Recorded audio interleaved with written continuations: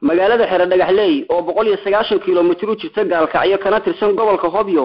ayaa ah magaalada ugu dhul beereedka wanaagsan galmudug ee ay ku nool yihiin dad badan oo noloshoodu ku tiirsan tahay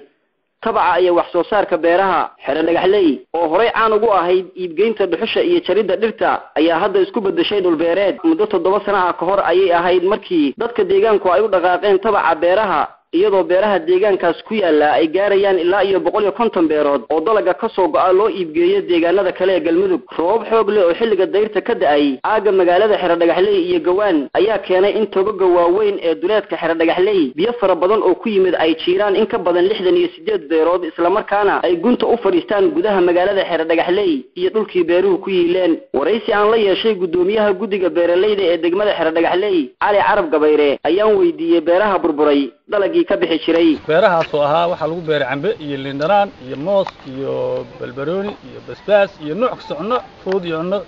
saraba waxa ku yimid sidaad u jeedaan biyahan toga oo ka yimid meesha la gawaan ilaa 30 kilo. cunno waa cunnada dabiiciga oo dhulka baadiyaha fog oo dabiiciga kuwaasi waxa weeye waa dhaqan yihiin oo masiibadan hadda waa ka baxsadeen abuur iyo wax u baahan yihiin kaalmeyn kale saas wax lagu saacido. laakiin beerihii beer qudaareedka waxaan 75 laba beerood ayaa ka baxsatay oo aniga midayda hore rasmiga ahayd iyo beer kale intii kale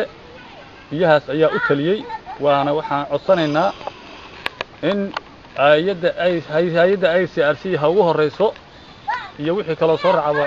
dadkii ku noolaa agagaarka beerahaas oo beeraha tabcaday waxay saarayeen dalcadaha kore biyihii markay tirta ka bateen guryihii iyo daashashii waxay ku jireen waa uga carareen.